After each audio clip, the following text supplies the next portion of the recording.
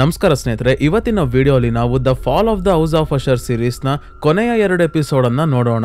ಇದಕ್ಕಿಂತ ಮುಂಚೆ ಮೊದಲನೇ 6 ಎಪಿಸೋಡ್ ನ ವಿಡಿಯೋ ನೋಡಿಲ್ಲ ಅಂದ್ರೆ ಡಿಸ್ಕ್ರಿಪ್ಷನ್ ಅಲ್ಲಿ ಲಿಂಕ್ ಇದೆ. ಆ ಎಪಿಸೋಡ್ಸ್ ಅನ್ನ ನೋಡಿ ಆದ್ಮೇಲೆ ಈ ವಿಡಿಯೋನ ನೋಡಿ.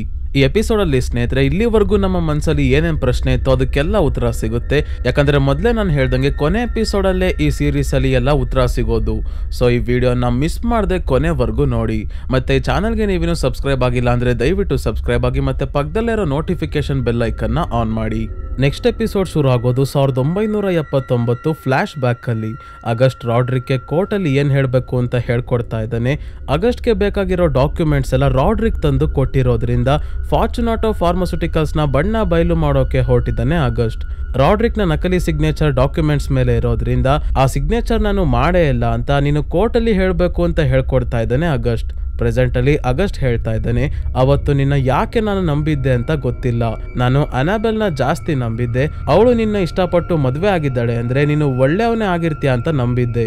ಆದ್ರೆ ನೀನ್ ನನಗೆ ಅಷ್ಟೇ ಅಲ್ಲ ಅವಳಿಗೂ ಕೂಡ ಮೋಸ ಮಾಡ್ದೆ. ನಿನ್ ಫ್ಯಾಮಿಲಿಯಲ್ಲಿ ಒಳ್ಳೆ ಅಶರ್ ಅಂತ ಇದ್ದಿದ್ದು ಅನಾಬೆಲ್ ಮಾತ್ರ ಅಂದಾಗ ರಾಡ್ರಿಕ್ ಹೇಳ್ತಾನೆ, ಒಬ್ರು ಮಾತ್ರ ಅಲ್ಲ ಇಬ್ರು ಒಳ್ಳೆಯವ್ರು ಇರೋದು, ಅನಾಬೆಲ್ ಮತ್ತೆ ನನ್ನ ಮೊಮ್ಮಗಳು ಲೆನೋರ್. ಲೆನೋರ್ಗೆ ನನ್ನ ಆಸ್ತಿಯ ಮೇಲಾಗ್ಲಿ ಕಂಪನಿಯ ಮೇಲಾಗ್ಲಿ ಆಸೆ ಇಲ್ಲ. ಎಲ್ಲರೂ ಒಟ್ಟಿಗೆ ಫ್ಯಾಮಿಲಿ ಆಗಿರ್ಬೇಕು ಅಂತ ಅನ್ಕೊಂಡಿದ್ದಾಳೆ. ಮತ್ತೆ ನಮ್ ಕಂಪನಿಯಲ್ಲಿ ನಡೀತಿರೋ ಕ್ರೈಮ್ ಬಗ್ಗೆ ಕೂಡ ಪಾಪ ಅವಳಿಗೆ ಗೊತ್ತಿಲ್ಲ ಅಂತ ಹೇಳ್ತಾನೆ. ಸೊ ಅನಾಬೆಲ್ಗೆ ರಾಡ್ರಿಕ್ ಏನ್ ಮೋಸ ಮಾಡ್ದ, ಆಗಸ್ಟ್ ಯಾಕೆ ಇವನನ್ನ ದ್ವೇಷಿಸೋಕೆ ಶುರು ಮಾಡ್ದ ಅಂತ ಮುಂದೆ ನೋಡೋಣ. ಈಗ ಸ್ಟೋರಿ ಸ್ವಲ್ಪ ಹಿಂದೆ ಹೋಗುತ್ತೆ. ಟ್ಯಾಮರ್ಲೈನ್ ಸಾವನ್ನಪ್ಪಿರೋದು ಕೂಡ ವರ್ನಾಳ ಕಾರಣದಿಂದಾನೆ. ನಾನು ಕಣ್ಣಾರೆ ಅವಳನ್ನ ನೋಡ್ದೆ ಅಂತ ಮ್ಯಾಡಲಿನ್ ಹೇಳಿದ್ರು ಕೂಡ ರಾಡ್ರಿಕ್ ನಂಬ್ತಿಲ್ಲ. ಕಂಪನಿಯ ಬೋರ್ಡ್ ಮೆಂಬರ್ಸ್ ಕೂಡ ವೋಟಿಂಗ್ ಮಾಡೋಕೆ ಮುಂದಾಗಿದ್ದಾರೆ ನೆಕ್ಸ್ಟ್ ಸಿಇಒ ಯಾರಾಗ್ಬೇಕು ಅಂತ. ಅದಕ್ಕೆ ಫ್ರೆಡ್ರಿಕ್ ನ ಕರ್ಕೊಂಡ್ ಬರೋದಕ್ಕೆ ರಾಡ್ರಿಕ್ ಆರ್ಥರ್ಗೆ ಹೇಳ್ತಾನೆ. ಅದೇ ಇನ್ನೊಂದ್ ಕಡೆ ಫ್ರೆಡ್ರಿಕ್ ತನ್ನ ಹೆಂಡತಿಯ ದೇಹಕ್ಕೆ ಡ್ರಗ್ಸ್ ಇಂಜೆಕ್ಟ್ ಮಾಡೋದು ಮತ್ತೆ ಅವಳ ಹಲ್ಲುಗಳನ್ನೆಲ್ಲ ಕಿತ್ತಾಕಿ ಟಾರ್ಚರ್ ಕೊಡ್ತಾ ಇದ್ದಾನೆ. ನನಗೆ ಮೋಸ ಮಾಡ್ದೆ ಅಲ್ವಾ, ಸುಳ್ಳು ಹೇಳಿ ಆ ಪಾರ್ಟಿಗೆ ಹೋಗಿದ್ಯಾ ಅಂತ. ಇವನು CCTV ಫುಟೇಜ್ ಅಲ್ಲಿ ಮೊರೆಲ್ ಪಾರ್ಟಿಯಲ್ಲಿ ಇರೋದೆಲ್ಲ ನೋಡಿರ್ತಾನೆ. ಅದಕ್ಕೆ ಕೋಪದಲ್ಲಿ ತಾನು ಡ್ರಗ್ಸ್ ತಗೊಂಡು ಇವಳ ದೇಹಕ್ಕೂ ಕೂಡ ಇಂಜೆಕ್ಟ್ ಮಾಡ್ತಿದ್ದಾನೆ. ತನ್ನ ಮಗಳನ್ನ ಕೂಡ ಮೊರೆಲ್ ಇರೋ ರೂಮ್ಗೆ ಹೋಗೋಕೆ ಬಿಡ್ತಿರಲ್ಲ. ಲೆನೋರ್ ಕೇಳ್ತಾಳೆ, ನೀವು ನಮ್ಮ ಅಮ್ಮಂಗೆ ಟ್ರೀಟ್ಮೆಂಟ್ ಕೊಡೋಕೆ ಡಾಕ್ಟರ್ನ ಮನೆಗೆ ಕರೆಸ್ತೀನಿ ಅಂತ ಹೇಳಿದ್ರಿ, ಅವ್ರೆಲ್ಲಿ ಬರ್ಲೇ ಇಲ್ಲ ಅಂತ ಕೇಳಿದಾಗ ಅವರು ಬರ್ತಾರೆ ಎಸ್ ಅಲ್ಲ ಹೇಳೋದು. ಅವಳು ರೂಮ್ ಅಲ್ಲಿ ರೆಸ್ಟ್ ಮಾಡ್ತಿದ್ದಾಳೆ, ಹೋಗಿ ಡಿಸ್ಟರ್ಬ್ ಮಾಡಬೇಡ ಅಂತ ಬೈದು ರಾಡ್ರಿಕ್ ನ ಹತ್ರ ಬರ್ತಾನೆ ಫ್ರೆಡ್ರಿಕ್. ಬೋರ್ಡ್ ಮೆಂಬರ್ ಸಿಇಒ ಸ್ಥಾನಕ್ಕೆ ವೋಟಿಂಗ್ ಮಾಡ್ತಿರೋ ವಿಷಯದ ಬಗ್ಗೆ ರಾಡ್ರಿಕ್ ಇವನ್ಗೆ ಹೇಳ್ತಾನೆ. ಮತ್ತೆ ವೋಟಿಂಗ್ ನಡೆಯೋಕ್ಕೂ ಮುಂಚೆ ಪ್ರಾಸ್ಪೆರೋ ಸಾವನ್ನಪ್ಪಿರೋ ಬಿಲ್ಡಿಂಗ್ ನ ಡೆಮಾಲಿಷ್ ಮಾಡ್ಸೋಕು ಕೂಡ ಹೇಳ್ತಾನೆ. ಪ್ರೆಸೆಂಟ್ ಅಲ್ಲಿ ಆಗಸ್ಟ್ ರಾಡ್ರಿಕ್ ಮೇಲೆ ಕೋಪಗೊಂಡಿದ್ದಾನೆ. ಯಾಕೆ ಅಂದ್ರೆ ಆಗಸ್ಟ್ಗೆ ಅನ್ಸೋಕೆ ಶುರು ಆಗಿದೆ ರಾಡ್ರಿಕ್ ಸುಮ್ನೆ ಹಿಂದೆ ನಡೆದಿರೋ ಸ್ಟೋರಿ ಎಲ್ಲ ಹೇಳ್ಕೊಂಡು ಟೈಮ್ ವೇಸ್ಟ್ ಮಾಡ್ತಿದ್ದಾನೆ. ಕನ್ಫೆಷನ್ಗೆ ಅಂತ ಕರೆದು ಬೇರೆ ಎಲ್ಲ ಸ್ಟೋರಿ ಹೇಳ್ತಿದ್ದಾನಲ್ಲ ಅಂತ ಎದ್ದೋಗ್ಬೇಕಾದ್ರೆ ಸಡನ್ ಆಗಿ ಇಲ್ಲಿ ನಿಂತೋಗಿದ್ದ ಗಡಿಯಾರ ಮತ್ತೆ ವರ್ಕ್ ಆಗೋದಕ್ಕೆ ಶುರು ಆಗುತ್ತೆ. ಇದು ಹೇಗೆ ಸಾಧ್ಯ ಆಯ್ತು ಅಂತ ಆಗಸ್ಟ್ ಗಾಬರಿಯಾಗಿ ನೀನೇನಾದ್ರೂ ಮಾಡ್ದ ಅಂತ ರಾಡ್ರಿಕ್ಗೆ ಕೇಳಿದಾಗ, ಇಲ್ಲ ಅದು ನಾನಲ್ಲ, ಮೋಸ್ಟ್ಲಿ ನನ್ನ ಮಗ ಫ್ರೆಡ್ರಿಕ್ ಇರ್ಬೋದು. ನನ್ನ ಮಕ್ಕಳೆಲ್ಲ ಇದೇ ಮನೆಯಲ್ಲಿ ಇದ್ದಾರೆ, ಅವರ ಕಥೆಯನ್ನ ನಾನು ಕರೆಕ್ಟ್ ಆಗಿ ಹೇಳ್ತೀನ ಅಂತ ನೋಡೋಕೋಸ್ಕರ ಅಂತ ರಾಡ್ರಿಕ್ ಹೇಳ್ತಿದ್ದಂಗೆ ಮತ್ತೆ ಬೇಸ್ಮೆಂಟ್ ಇಂದ ಏನೋ ಶಬ್ದ ಆಗ್ತಿದೆ. ಲೆನೋರ್ ಇಂದ ಪದೇ ಪದೇ ರಾಡ್ರಿಕ್ಗೆ ಮೆಸೇಜ್ ಬರ್ತಿದೆ. ಬೇಸ್ಮೆಂಟ್ ಅಲ್ಲಿರೋ ಮ್ಯಾಡಲಿನ್ಗೆ ಏನಾದ್ರೂ ಆಯ್ತಾ ಅಂತ ನೋಡೋಕೆ ಆಗಸ್ಟ್ಗೆ ಬಿಡ್ತಿಲ್ಲ. ಲೆನೋರ್ನ ಮೆಸೇಜ್ಗೂ ಕೂಡ ರಿಪ್ಲೈ ಮಾಡ್ತಿಲ್ಲ. ಇದೇ ಸಮಯಕ್ಕೆ ಅನಾಬೆಲ್ ಮತ್ತೆ ಚಿಕ್ಕವನಿರೋ ಫ್ರೆಡ್ರಿಕ್ ಇಬ್ರು ರಾಡ್ರಿಕ್ ಹತ್ರ ಓಡ್ ಬರೋ ಹಾಗೆ ಇವನ್ಗೆ ಕಾಣ್ತಿದೆ. ಆದ್ರೆ ಆಗಸ್ಟ್ಗೆ ಇದೇನು ಕಾಣ್ತಿಲ್ಲ. ರಾಡ್ರಿಕ್ ತನ್ನ ಮಗನನ್ನ ಖುಷಿಯಾಗಿ ಮೇಲೆ ಎತ್ಕೊಂಡಾಗ ಇವನ ದೇಹ ಅರ್ಧ ಭಾಗ ಕಟ್ಟಾಗಿ ಕೆಳಗೆ ಬೀಳುತ್ತೆ. ಯಾಕಂದ್ರೆ ಫ್ರೆಡ್ರಿಕ್ ಮುಂದೆ ಸಾಯೋದು ಕೂಡ ಇದೇ ರೀತಿ. ಏನಾಗುತ್ತೆ ಅಂತ ಮುಂದೆ ನೋಡೋಣ. ಸದ್ಯಕ್ಕೆ ಸ್ಟೋರಿ 1979ಕ್ಕೆ ಬರುತ್ತೆ. ಆಗಸ್ಟ್ ಮತ್ತೆ ರಾಡ್ರಿಕ್ ಇಬ್ರು ಕೋರ್ಟ್ಗೆ ಬಂದಿದ್ದಾರೆ. ಇಲ್ಲಿ ಲಾಯರ್ಸ್ ಮತ್ತೆ ಬೇರೆ ಬೇರೆ ಆಫೀಸರ್ಸ್ ಎಲ್ಲ ರಾಡ್ರಿಕ್ಗೆ ಪ್ರಶ್ನೆ ಕೇಳ್ತಿದ್ದಾರೆ. ಆದ್ರೆ ರಾಡ್ರಿಕ್ ಆಗಸ್ಟ್ಗೆ ಮೋಸ ಮಾಡಿ ಅವ್ನು ಹೇಳ್ಕೊಟ್ಟಂಗೆ ಏನು ಹೇಳ್ತಿಲ್ಲ. ಎಲ್ಲಾ ಡಾಕ್ಯುಮೆಂಟ್ಸ್ ಮೇಲೆ ನಾನೇ ಸೈನ್ ಮಾಡಿರೋದು, ನಕಲಿ ಸಿಗ್ನೇಚರ್ ಯಾವ್ದು ಇಲ್ಲ, ಡ್ರಗ್ ಟೆಸ್ಟ್ ನಡೆಸೋಕು ಮುಂಚೆ ಜನರ ಪರ್ಮಿಷನ್ ತಗೊಂಡೇ ಸೈನ್ ಹಾಕಿಸ್ಕೊಂಡಿದೀವಿ ಅಂತ ಎಲ್ಲ ಸುಳ್ಳು ಹೇಳ್ಬಿಡ್ತಾನೆ. ಇದರಿಂದ ಆಗಸ್ಟ್ ಬೇಜಾರ್ ಮಾಡ್ಕೊಂಡು ಎದ್ದೋದ್ರೆ ರಾಡ್ರಿಕ್ ಸುಳ್ಳು ಹೇಳಿದ ವಿಷಯ ಗೊತ್ತಾಗಿ ಅನಾಬೆಲ್ಗೂ ಕೂಡ ತುಂಬಾನೇ ಬೇಜಾರಾಗಿದೆ. ಆದ್ರೆ ಖುಷಿಯಾಗಿರೋದು ಮ್ಯಾಡಲಿನ್ಗೆ ಮಾತ್ರ. ಯಾಕಂದ್ರೆ ಇದು ಇವಳ್ದೇ ಪ್ಲಾನ್. ನಮ್ಮ ಕಂಪನಿಯನ್ನ ಬಿಟ್ಕೊಡ್ದಲ್ಲೇ ಕಾಪಾಡ್ದ ಅಂತ ಫಾರ್ಚುನಾಟೋ ಫಾರ್ಮಾಸ್ಯೂಟಿಕಲ್ಸ್ ನ ಬೋರ್ಡ್ ಮೆಂಬರ್ಸ್ಗೆ ಅನ್ಸಿ ಇವನ್ಗೆ ಪ್ರಮೋಷನ್ ಕೊಟ್ಟು ಕಂಪನಿಯಲ್ಲಿ ಒಳ್ಳೆ ಸ್ಥಾನ ಸಿಗೋ ಹಾಗೆ ಮಾಡಿ ಎಲ್ಲರ ಕಣ್ಣಲ್ಲೂ ರಾಡ್ರಿಕ್ ಹೀರೋ ಆಗ್ತಾನೆ ಅಂತ. ಪ್ರೆಸೆಂಟ್ ಅಲ್ಲಿ ಅಂದ್ರೆ ರಾಡ್ರಿಕ್ ನ ಕನ್ಫೆಷನ್ ಗಿಂತ ಮುಂಚೆ ಮ್ಯಾಡಲಿನ್ ವರ್ನಾನ ಹುಡುಕೊಂಡು ತಮ್ಮ ಬಾಲ್ಯದ ಮನೆಗೆ ಬರ್ತಾಳೆ. ಇಲ್ಲಿ ವರ್ನಾ ಕೂಡ ಇದ್ದಾಳೆ. ಮ್ಯಾಡಲಿನ್ ವರ್ನಾಗೆ ಹೇಳ್ತಾಳೆ, ನಾವು ಮಾಡ್ಕೊಂಡಿದ್ದ ಒಪ್ಪಂದ ಚೇಂಜ್ ಮಾಡೋಕ್ಕಾಗಲ್ವಾ, ದುಡ್ಡು ಬೇಕಾದ್ರೆ ತಗೋ, ಇಲ್ಲ ಯಾವ ರೀತಿ ನಮ್ಮ ಡೀಲ್ ನ ಚೇಂಜ್ ಮಾಡ್ಬೋದು ಹೇಳು ಅಂದಾಗ, ಡೀಲ್ ಒಂದ್ಸಲ ಮಾಡಿದ್ಮೇಲೆ ಮುಗೀತು ಅಷ್ಟೇ, ಏನು ಮಾಡಕ್ಕಾಗಲ್ಲ ಅಂತ ಹೇಳ್ತಾಳೆ ವರ್ನಾ. ಯಾವ ಡೀಲ್ ಏನು ಒಪ್ಪಂದ ಅಂತ ಸ್ನೇಹಿತರೆ ಸ್ವಲ್ಪ ಹೊತ್ತಲ್ಲೇ ಗೊತ್ತಾಗುತ್ತೆ. ವರ್ನಾ ಈ ರೀತಿ ಹೇಳ್ತಿದ್ದಂಗೆ ಮ್ಯಾಡಲಿನ್ ಕೋಪ ಮಾಡ್ಕೊಂಡು, ನಾನು ಯಾರು ಅಂತ ನಿನ್ಗೆ ಗೊತ್ತಿಲ್ವಾ, ನಾನು ಹಿಂದೆ ಯಾವ್ಯಾವ ಕೆಲಸ ಮಾಡಿದ್ದೀನಿ ಅಂತ ಗೊತ್ತಿದ್ರು ನನ್ನ ಜೊತೆ ಆಟ ಆಡ್ತಾ ಇದ್ಯಾ ಅಂತ ವರ್ನಾಳ ಕತ್ತನ್ನ ಮುರಿದಾಕಿ ಸಾಯಿಸ್ತಾಳೆ. ಸತ್ತೋದ್ಲು ಅಂತ ಮ್ಯಾಡಲಿನ್ ಅನ್ಕೊಂತಾಳೆ ಅಷ್ಟೇ. ಹಿಂದೆನೆ ಮತ್ತೆ ವರ್ನ ಬರ್ತಾಳೆ. ಸಾಯಿಸೋಕೆ ಇವಳು ಮನುಷ್ಯಳೆ ಅಲ್ಲ, ಆಲ್ರೆಡಿ ಇವಳು ಒಂದು ಸೂಪರ್ ನ್ಯಾಚುರಲ್ ಎಂಟಿಟಿ ಅಂತ ನಮ್ಗೆ ಗೊತ್ತಾಗಿದೆ. ಸಮಾಧಾನ ಮಾಡ್ಕೋ, ಯಾಕೆ ಹಿಂಗ್ ಆಡ್ತಿದ್ಯಾ, ಬಾ ಇಲ್ಲಿ ಅಂತ ವರ್ನ ಮ್ಯಾಡಲಿನ್ ಮತ್ತೆ ಕೂರಿಸ್ಕೊಂಡು ಸ್ವಲ್ಪ ಹೊತ್ತು ಹಾಗೆ ಮಾತಾಡ್ಸಿ ಮಾಯ ಆಗ್ತಾಳೆ. ಇನ್ನೊಂದ್ ಕಡೆ ರಾಡ್ರಿಕ್ ನ ಹೆಂಡತಿ ಜೂನೋ ಫ್ಯಾಮಿಲಿ ಡಾಕ್ಟರ್ ಜೊತೆ ಲಿಗೋಡೋನ್ ಮಾತ್ರೆನ ತಗೊಳ್ಳೋದು ನಿಲ್ಸೋದ್ರ ಬಗ್ಗೆ ಮಾತಾಡ್ತಾ ಇದ್ದಾಳೆ. ಯಾಕಂದ್ರೆ ಅವಳಿಗೆ ಅನಿಸ್ತಾ ಇದೆ ನಾನು ಆ ಮಾತ್ರೆಗೆ ಅಡಿಕ್ಟ್ ಆಗ್ತಿದ್ದೀನಿ ಅಂತ. ಯಾಕಂದ್ರೆ ಅವಳು ದಿನಕ್ಕೆ 10 ಮಾತ್ರೆ ತಗೊಂತಾ ಇದ್ದಾಳೆ. ಡಾಕ್ಟರ್ ಹೇಳ್ತಾರೆ ಸಡನ್ ಆಗಿ ಮಾತ್ರೆ ಬಿಡೋಕ್ಕಾಗಲ್ಲ, ಸ್ಲೋ ಆಗಿ ಬಿಡಬೇಕು ಅಂತ. ಅದಕ್ಕೆ ರಾಡ್ರಿಕ್ ಹತ್ರ ಮಾತಾಡೋಕೆ ಬಂದ್ರೆ ಇವನು ಹೇಳ್ತಾನೆ ಸ್ವಲ್ಪನೇ ಡೋಸೇಜ್ ನ ಕಡಿಮೆ ಮಾಡ್ಕೊಂಡು ಬಂದ್ರೆ 3 ವರ್ಷದಲ್ಲಿ ಎಲ್ಲ ಸರಿ ಹೋಗುತ್ತೆ, ಮಾತ್ರೆನ ಬಿಡ್ಬೋದು ಅಂತ ಹೇಳ್ತಾನೆ. ಸಡನ್ ಆಗಿ ಮಾತ್ರೆಯನ್ನ ನಿಲ್ಸಿದ್ರೆ ತುಂಬಾನೇ ಸೈಡ್ ಎಫೆಕ್ಟ್ಸ್ ಇದೆ ಅಂತಾನೆ. ಮತ್ತೆ ರಾಡ್ರಿಕ್ ಜೂನೋನ ಮದ್ವೆ ಆಗಿರೋದು ಕೂಡ ಪ್ರೀತಿ ಅಲ್ಲ, ಇವಳ ದೇಹಕ್ಕೆ ಲಿಗೋಡೋನ್ ಹೈ ಡೋಸೇಜ್ ನ ತಡ್ಕೊಳ್ಳೋ ಅಷ್ಟು ಕ್ಷಮತೆ ಇದೆ. ಇದೊಂದು ಪವಾಡ, ಇಂಥವಳು ಮತ್ತೆ ಸಿಗಲ್ಲ ಅಂತ ಮದ್ವೆ ಆಗಿರ್ತಾನೆ ಅಷ್ಟೇ. ಈ ವಿಷಯ ಗೊತ್ತಾದ್ಮೇಲೆ ಬೇಜಾರಾಗಿ ಜೂನೋ ಇವಳನ್ನ ಬಿಟ್ಟು ಹೋಗ್ತಾಳೆ.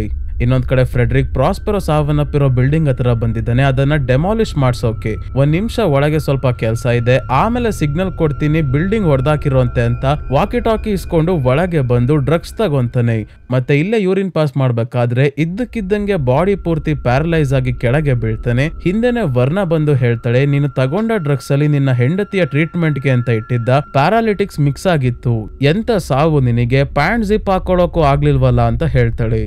ಏನಾಗಿತ್ತು ಅಂದ್ರೆ ಸ್ನೇಹಿತರೆ, ಡೆಮಾಲಿಷ್ ಮಾಡ್ಸೋಕೆ ಬರೋಕು ಮುಂಚೆ ಫ್ರೆಡ್ರಿಕ್ ಮೊರೆಲ್ ಹತ್ರ ಇದ್ದಾಗ ಒಂದು ಫೋನ್ ಬರುತ್ತೆ. ಫೋನಲ್ಲಿ ಮಾತಾಡ್ಬೇಕಾದ್ರೆ ಇವನ್ಗೆ ಗೊತ್ತಾಗ್ದಲೇ ಇರೋ ಹಾಗೆ ತನ್ನ ಡ್ರಗ್ಸ್ ಪ್ಯಾಕೆಟ್ ಒಳಗೆ ಮೊರೆಲ್ನ ಪ್ಯಾರಾಲಿಟಿಕ್ಸ್ ಕೂಡ ಹಾಕೊಂತಾನೆ.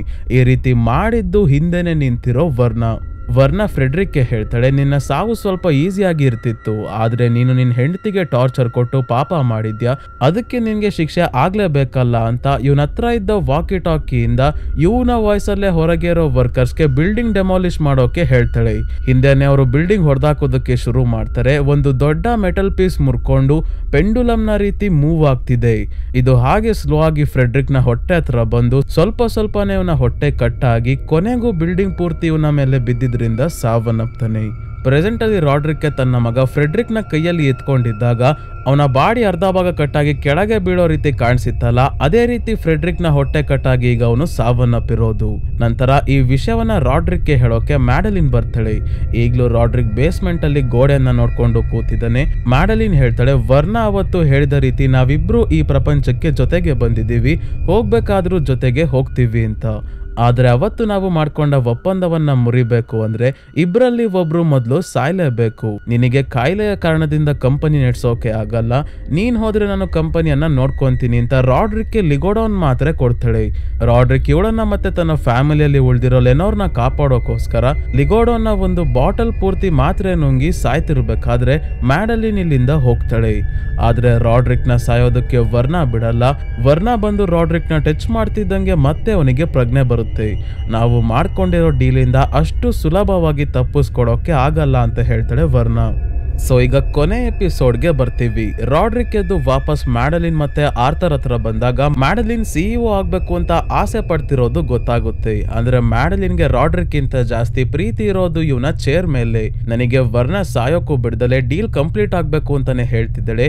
ಈಗ ಎಲ್ಲ ಅವಳ ಕೈಯಲ್ಲೇ ಇದೆ ಅಂತ ಹೇಳ್ತಾನೆ ರಾಡ್ರಿಕ್. ಇನ್ನೊಂದ್ ಕಡೆ ಲೆನೋರ್ ಏನ್ ಮಾಡಿದ್ದಾಳೆ ಅಂದ್ರೆ ಫ್ರೆಡ್ರಿಕ್ ಮೊರೆಲ್ಗೆ ಟಾರ್ಚರ್ ಕೊಟ್ಟು ರೂಮ್ ಡೋರ್ ನ ಲಾಕ್ ಮಾಡ್ಕೊಂಡು ಹೋಗಿರ್ತಾನೆ. ಡೌಟ್ ಬಂದು ಲೆನೋರ್ ಡೋರ್ ಲಾಕ್ ನ ಹೊಡೆದಾಕಿ ಒಳಗೆ ಬಂದಾಗ ಮೊರೆಲ್ ಸ್ಥಿತಿ ನೋಡಿ ಫ್ರೆಡ್ರಿಕ್ ಇದೆಲ್ಲ ಮಾಡಿರೋದು ಅಂತ ಗೊತ್ತಾಗುತ್ತೆ.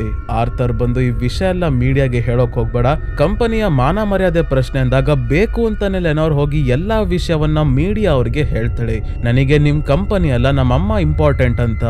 ಸೊ ಈಗ ಸ್ಟೋರಿ 1979ಕ್ಕೆ ಬರುತ್ತೆ. ಅನಬೆಲ್ ರಾಡ್ರಿಕ್ಗೆ ಬೈತಾ ಇದ್ದಾಳೆ, ನೀನ್ ಯಾಕೆ ಆಗಸ್ಟ್ಗೆ ಮೋಸ ಮಾಡ್ದೆ ಅಂತ. ಆದ್ರೆ ನಾನು ಕಂಪನಿಯಲ್ಲಿ ಎಲ್ಲರ ಮುಂದೆ ಹೀರೋ ಆಗ್ಬೇಕಿತ್ತು, ಅದಕ್ಕೆ ಈ ರೀತಿ ಮಾಡ್ದೆ ಅಂತ ನಗಾಡ್ಕೊಂಡು ರಾಡ್ರಿಕ್ ಹೇಳ್ಬೇಕಾದ್ರೆ ಅನಬೆಲ್ ನಿನ್ನಂತ ವ್ಯಕ್ತಿ ಜೊತೆ ನಾನು ಇರೋದಿಲ್ಲ ಅಂತ ಹೇಳಿ ಮಕ್ಕಳನ್ನ ಕರ್ಕೊಂಡು ಇಲ್ಲಿಂದ ಹೊರಡ್ತಾಳೆ.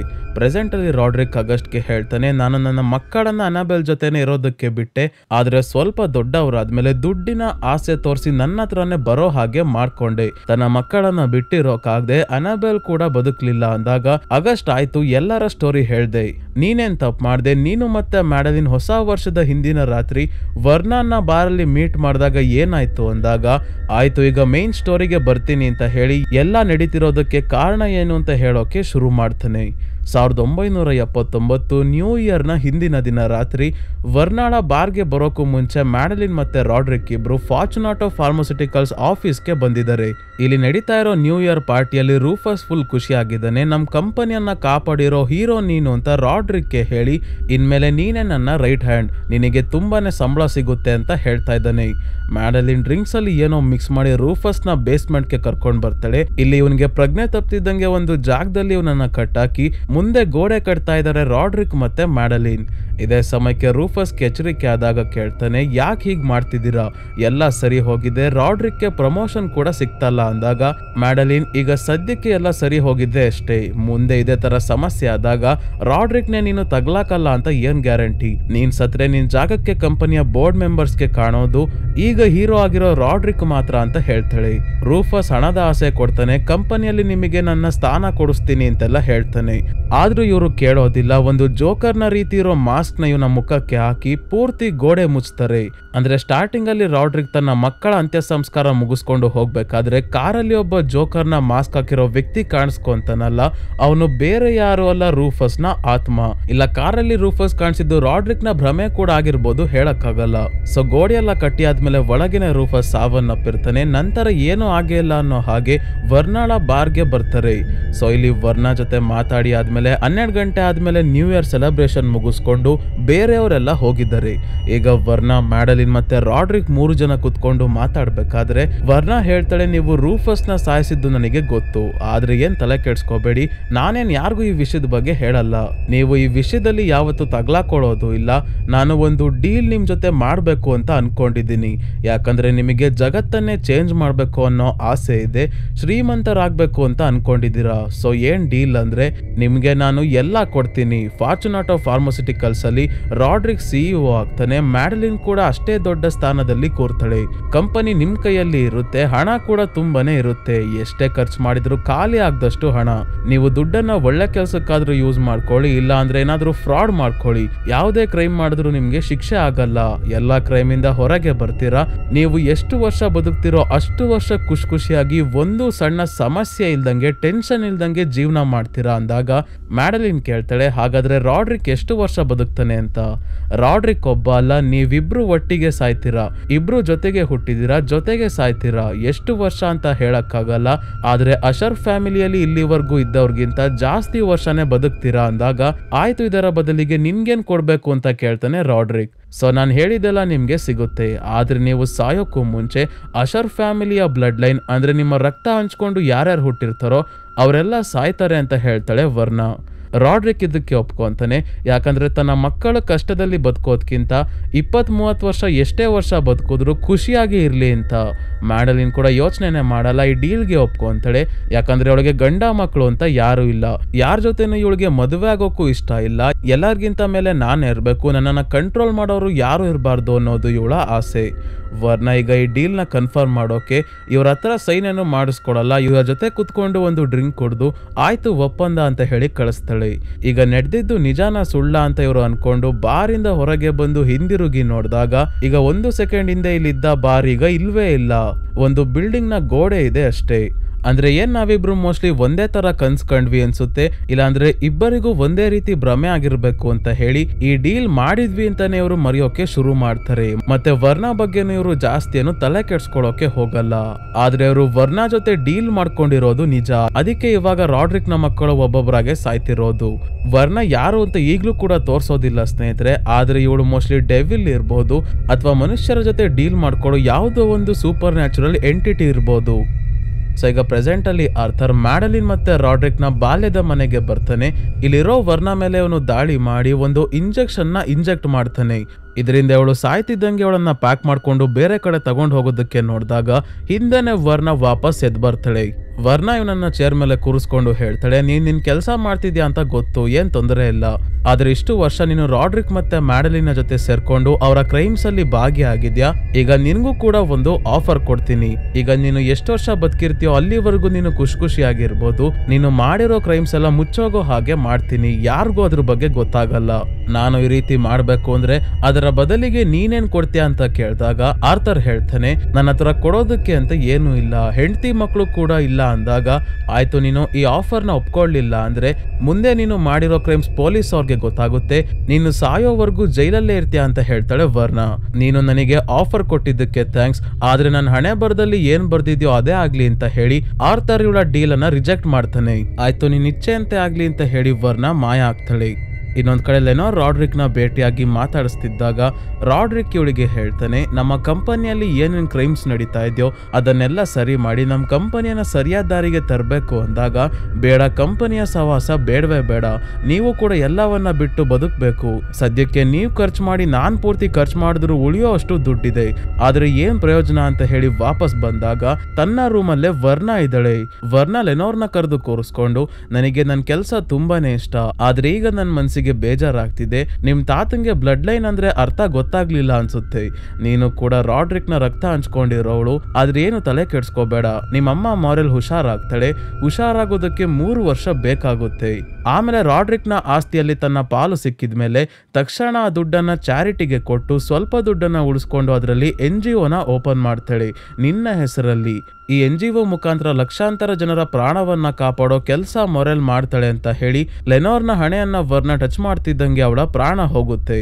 ವರ್ಣ ಇವಳನ್ನ ಬೇರೆಯವ್ರ ತರ ಟಾರ್ಚರ್ ಎಲ್ಲ ಮಾಡಿ ಸಾಯಿಸಲ್ಲ, ಇವಳು ಯಾವುದೇ ತಪ್ಪು ಮಾಡಿಲ್ಲ, ಡೀಲ್ ಮಾಡ್ಕೊಂಡಿರೋದು ರಾಡ್ರಿಕ್, ಹಾಗಾಗಿ ಸ್ವಲ್ಪನೂ ನೋವಾಗ್ದಲೇ ಇರೋ ಹಾಗೆ ನೋಡ್ಕೊಂತಾಳೆ.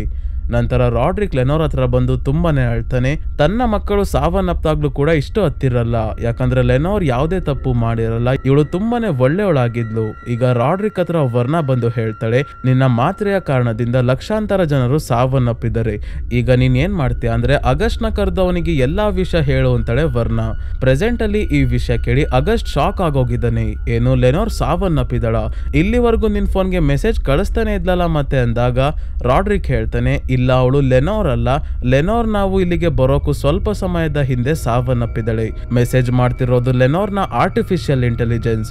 ಮ್ಯಾಡಲಿನ್ ಲೆನೋರ್ನ ಡಾಟಾನ ಇಟ್ಕೊಂಡು AI ಮಾಡಿದ್ಲು, ಅದು ಆಕ್ಟಿವೇಟ್ ಆಗಿ ಮೆಸೇಜ್ ಮಾಡ್ತಿದ್ದೆ ಅಷ್ಟೇ ಅಂತ ಹೇಳ್ತಾನೆ. ಮ್ಯಾಡಲಿನ್ ಬೇಸ್ಮೆಂಟ್ ಅಲ್ಲಿ ಇದ್ದಾಳೆ ಅಂತ ಹೇಳ್ತಿದ್ಯಾ, ಅವಾಗ್ಲಿಂದ ಬೇಸ್ಮೆಂಟ್ ಇಂದ ಏನೋ ಶಬ್ದ ಬೇರೆ ಆಗ್ತಿದೆ, ಅವಳ ಕತೆ ಏನು ಅಂತ ಆಗಸ್ಟ್ ಕೇಳಿದಾಗ ರಾಡ್ರಿಕ್ ಆಗಸ್ಟ್ ನ ಕರೆಯೋಕು 1-2 ಗಂಟೆಯಿಂದ ಏನಾಗಿತ್ತು ಅಂತ ಹೇಳ್ತಾನೆ. ಮ್ಯಾಡಲಿನ್ ನ ಈ ಮನೆಯ ಬೇಸ್ಮೆಂಟ್ ಗೆ ರಾಡ್ರಿಕ್ ಕರೆಸ್ಕೊಂಡು ಇಬ್ರು ಜೊತೆಗೆ ಸೇರ್ಕೊಂಡು ಸ್ವಲ್ಪ ಹೊತ್ತು ಕುಡಿಯೋಣ ಅಂತ ಕುತ್ಕೊಂಡಿದ್ದಾರೆ. ಆದ್ರೆ ರಾಡ್ರಿಕ್ ಮ್ಯಾಡಲಿನ್ ನ ಡ್ರಿಂಕ್ಸ್ ಅಲ್ಲಿ ವಿಷ ಮಿಕ್ಸ್ ಮಾಡಿ ಕೊಟ್ಟಿದ್ದಾನೆ, ಇದರಿಂದ ಮ್ಯಾಡಲಿನ್ ಸ್ವಲ್ಪ ಹೊತ್ತಾದ್ಮೇಲೆ ಸಾವನ್ನಪ್ತಾಳೆ. ಇವಳನ್ನ ಈಜಿಪ್ಟ್ ನ ರಾಣಿಯ ರೀತಿ ಕಳಿಸ್ಕೊಡ್ಬೇಕು ಅಂತ ಇವಳ ಕಣ್ಣನ್ನ ಕಿತ್ತಾಕಿ ಆ ಜಾಗಕ್ಕೆ ಬ್ಲೂ ಸೆಫೈರ್ ಮಣಿಯನ್ನ ಇಡ್ತಾನೆ. ಈ ವಿಷಯ ಕೇಳಿ ಆಗಸ್ಟ್ ಕೇಳ್ತಾನೆ, ಆಯ್ತು ಅವಳನ್ನ ರಾಣಿ ತರ ಏನೋ ಕಳಿಸ್ಕೊಡೋಕೆ ನೋಡ್ದೆ, ಆದ್ರೆ ಅವಳು ಸಾವನ್ನಪ್ಪಿದ್ಲ ಇಲ್ವಾ ಚೆಕ್ ಮಾಡ್ದ ಅಂತ ಕೇಳಿದಾಗ ರಾಡ್ರಿಕ್ ಹೇಳ್ತಾನೆ, ಹೌದಲ್ವಾ ಇದು ನನ್ಗೆ ಫ್ಲಾಶ್ ಆಗ್ಲಿಲ್ಲ ಅಂತ. ಮ್ಯಾಡಲಿನ್ ಇನ್ನೂ ಬದುಕಿರೋದಕ್ಕೆ ಅವಾಗ್ಲಿಂದ ಬೇಸ್ಮೆಂಟ್ ಇಂದ ಶಬ್ದ ಬರ್ತಿರೋದು. ಈಗ ಸಡನ್ ಆಗಿ ಮ್ಯಾಡಲಿನ್ ಬೇಸ್ಮೆಂಟ್ ಇಂದ ಹೊರಗೆ ಎದ್ ಬಂದು ರಾಡ್ರಿಕ್ ನ ಕುತ್ಕೇಸ್ಕಿ ಸಾಯಿಸೋದಕ್ಕೆ ಶುರು ಮಾಡ್ತಾಳೆ. ಈಗ ಈ ಮನೆ ಕೂಡ ಸ್ವಲ್ಪನೇ ಬೀಳೋದಕ್ಕೆ ಶುರು ಆದಾಗ ಆಗಸ್ಟ್ ಬೇಗ ಮನೆಯಿಂದ ಹೊರಗೆ ಓಡ್ ಬಂದು ನಿಂತ್ಕೊಂತಾನೆ. ಹಿಂದೆನೆ ಇಡೀ ಮನೆ ಪೂರ್ತಿ ಬಿದ್ದೋಗುತ್ತೆ. ಒಳಗಿನೇ ಸಿಗಾಕೊಂಡಿದ್ದ ಮ್ಯಾಡಲಿನ್ ಮತ್ತೆ ರಾಡ್ರಿಕ್ ಕೂಡ ಸಾವನ್ನಪ್ತಾರೆ. ಈಗ ಬಿದ್ದೋಗಿರೋ ಮನೆಯ ಮೇಲೆ ವರ್ಣ ಆಗಸ್ಟ್ಗೆ ಕಾಣಿಸ್ಕೊಂತಾಳೆ. ವರ್ಣಳ ಕಣ್ಣು ಡೆವಿಲ್ ನ ಕಣ್ಣುಗಳ ರೀತಿ ಹೊಳಿತಾ ಇದೆ. ನಂತರ ಇವಳು ಕಾಗೆಯ ರೂಪಕ್ಕೆ ಬದಲಾಗಿ ಇಲ್ಲಿಂದ ಹಾರೋಗ್ತಾಳೆ. ಈಗ ಮುಂದೆ ಏನಾಗುತ್ತೆ ಅಂತ ಆಗಸ್ಟ್ ಹೇಳ್ತಾ ಹೋಗ್ತಾನೆ. ಆಗಸ್ಟ್ ತನ್ನ ಕೇಸ್ ಎಲ್ಲ ಮುಗೀತು, ಇನ್ನೇನು ಕೆಲಸ ಇಲ್ಲ ಅಂತ ರಿಟೈರ್ಮೆಂಟ್ ತಗೊಂತಾನೆ. ಮತ್ತೆ ಫಾರ್ಚುನಾಟೋ ಫಾರ್ಮಾಸ್ಯೂಟಿಕಲ್ಸ್ ಜೂನೋನ ಕೈಗೆ ಸೇರುತ್ತೆ. ಆದ್ರೆ ಅವಳು ಈ ಕಂಪನಿಯನ್ನ ನಿಲ್ಲಿಸಿ ಇದನ್ನ ಫೀನಿಕ್ಸ್ ಫೌಂಡೇಶನ್ ಆಗಿ ಬದಲಾಯಿಸ್ತಾಳೆ. ಈ ಫೌಂಡೇಶನ್ ನ ಮುಖಾಂತರ ಹಣವನ್ನ ಒಳ್ಳೆ ಕೆಲಸಕ್ಕೋಸ್ಕರ ಖರ್ಚು ಮಾಡ್ತಾ ಇದ್ದಾಳೆ. ಇದಷ್ಟೇ ಅಲ್ಲ, ಜೂನೋ ಲಿಗೋಡೋನ್ ಮಾತ್ರೆಯ ಅಡಿಕ್ಷನ್ ಇಂದ ಕೂಡ ಹೊರಗೆ ಬಂದಿದ್ದಾಳೆ. ಕೆಲವು ವಾರಗಳಾದ್ಮೇಲೆ ಆರ್ಥರ್ ಕೂಡ ಅರೆಸ್ಟ್ ಆಗ್ತಾನೆ. ಕೆಮಿಲ್ ನ ಅಸಿಸ್ಟೆಂಟ್ಸ್ ಇಬ್ರು ಆರ್ಥರ್ ಯಾವ್ಯಾವ ಕ್ರೈಮ್ ಮಾಡಿದ್ನೋ ಅದಕ್ಕೆ ಸಂಬಂಧಪಟ್ಟ ಫೈಲ್ಸ್ ನೆಲ್ಲ ಪೊಲೀಸ್ ಅವ್ರಿಗೆ ಕೊಟ್ಟಿರ್ತಾರೆ. ಹಾಗಾಗಿ ವರ್ಣ ಹೇಳಿದ ರೀತಿ ಆರ್ಥರ್ ಜೈಲಲ್ಲೇ ಸಾಯೋವರೆಗೂ ಇರೋ ಹಾಗೆ ಆಗುತ್ತೆ.